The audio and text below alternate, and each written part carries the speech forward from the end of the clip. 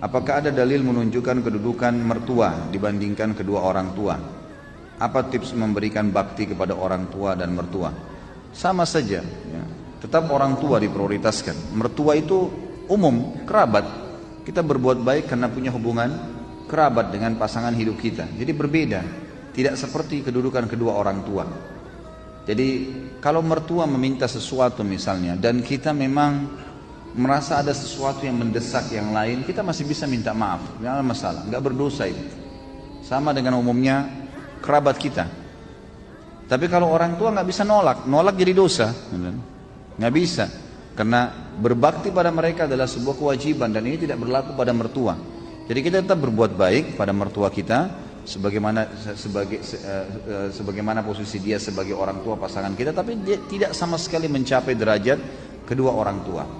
Juga saya ingin titikberatkan di sini teman-teman sekalian, bagi laki-laki kewajiban bakti dengan orang tua nomor 1 sampai dia meninggal dan orang tuanya juga meninggal, gitu kan?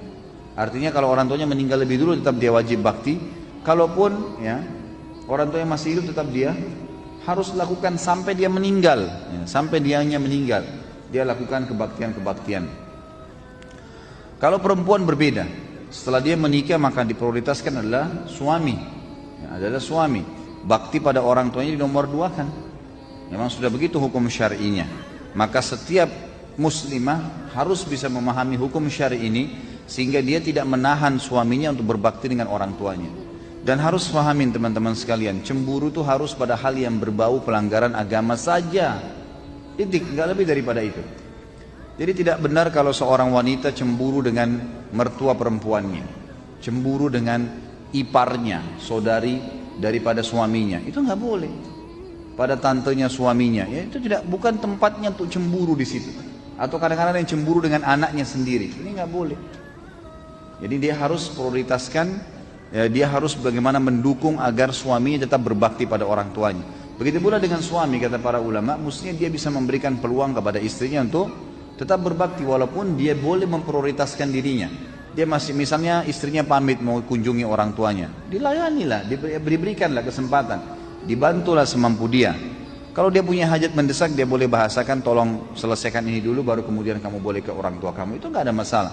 Tapi harus difahamin poin di sini yang sering terjadi adalah istri menjadi penyebab suaminya tidak berbakti pada orang tuanya. Bahkan ada yang tidak pernah lagi ya mengunjungi orang tuanya hanya karena istrinya selalu mendesak dia, mengatakan tidak ada waktu buat saya saja, apalagi harus ke ibumu, apalagi harus ke ayahmu dan seterusnya. Ini tidak boleh.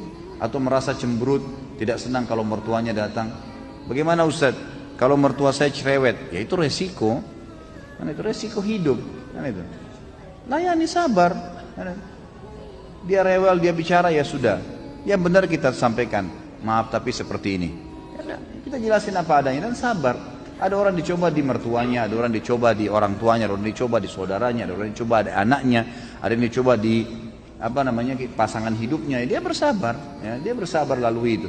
Allah SWT menilai semua dengan pahala insya Allah.